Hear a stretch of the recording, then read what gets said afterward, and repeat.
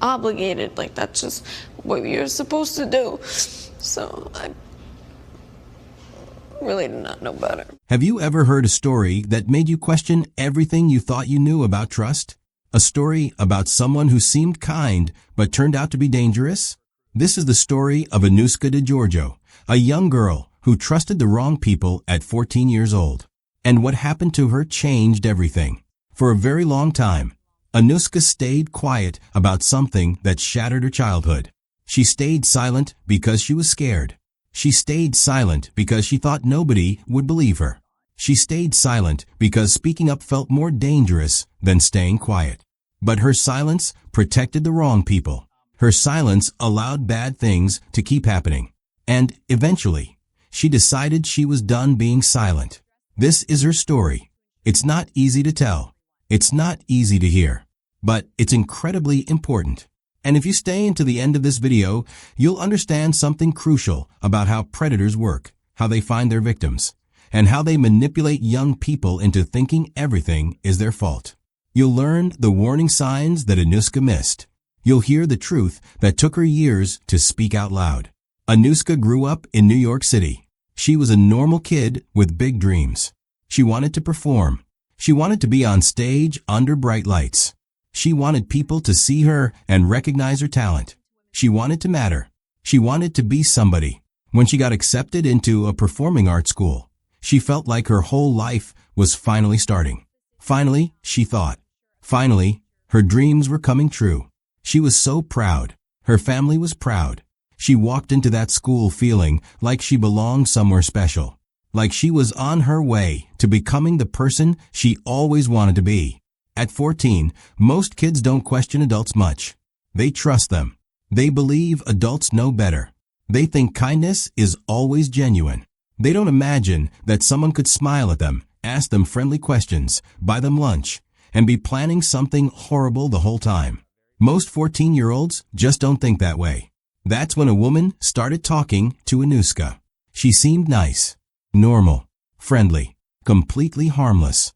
At first, their conversations felt totally ordinary. The woman asked simple questions. Where are you from? Who do you live with? What do you want to be when you grow up? What are your dreams? She seemed genuinely interested in Anusa. She remembered her name. She came back week after week to talk to her. Sometimes she bought her lunch. Sometimes she got her a drink. Little gestures that made Anusa feel special, that made her feel seen. It didn't feel dangerous at all. It felt friendly.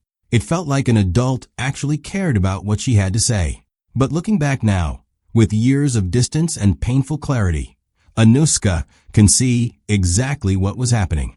This woman wasn't just being nice. She wasn't curious about Anusa as a person. She was studying her. She was learning everything she could about her life. She was grooming her. That's the technical word for it. Grooming. She was preparing Anusa for something terrible, and the young girl had absolutely no idea. This went on for weeks, maybe months. The woman became a familiar face. Someone Anusa recognized. Someone she smiled at. Someone who felt completely safe. Then one day, the woman said a name Anusa had never heard before. Jeffrey Epstein. The way she said it made him sound important, powerful, but also kind. Generous. She talked about him like he was some kind of hero who helped young talented people succeed. She said he believed in people like Anusa, young people with dreams, but without the connections or money to make those dreams happen. People who needed someone to open doors for them. She told Anusa that he supported young performers, that he could help her. She made it sound like meeting him would change her life in the best possible way. When you're 14 and someone tells you that a rich, powerful person wants to help you achieve your dreams, it feels incredible. It feels like winning the lottery. It feels like proof that you're special, that you're talented enough to be noticed, that your future is going to be bright and successful. You don't stop to wonder why a grown man would be interested in helping a 14-year-old girl. You don't think about danger or red flags. You don't imagine the worst. You just think about hope. You think about your dreams finally coming true. You think about becoming somebody important. That's exactly what Anusa thought. And that's exactly what they wanted her to think. Not long after, the woman asked Anusa a question. Would you like to meet him? She made it sound casual, easy, like introducing her to a mentor or a helpful family friend. Anusa said yes. Of course, she said yes. Why wouldn't she? This sounded like the opportunity of a lifetime. The woman told her that his house was close to her school, just a short walk, a few blocks away. That detail made it feel safer somehow, more normal, like this wasn't some strange secret arrangement. It was just in her neighborhood, part of her everyday world. Anusa remembers the day she walked there for the first time. She remembers feeling nervous, but also proud. She told herself this was how opportunities worked in the real world. This was how doors opened for people who were talented and willing to work hard. Someone important notices you. Someone powerful decides to help you. And your whole life changes. This was her chance. Her big break. The moment she'd been waiting for. She had no idea she was walking into a nightmare. When she met Jeffrey Epstein, he seemed normal, calm, polite, well-dressed. He smiled at her. He said he had heard good things about her. He said he was impressed by her talent and potential. That made Anusa feel incredibly special, important, seen by someone who actually mattered in the world. She wanted to impress him. She wanted to appear mature. She wanted to seem grown up and serious about her career, even though she wasn't grown up at all. She was just a child, a 14-year-old child trying to act older, because she thought that's what she needed to do to be taken seriously by important adults. At the end of that first visit, something strange happened. He gave her money, just handed it to her. Folded bills. More money than she'd ever held in her hand before. She didn't understand why. She hadn't done anything. She just talked to him for a while. But he insisted she take it. He said she deserved it. He said it was for her time, for coming to visit him. That confused her. But she took it.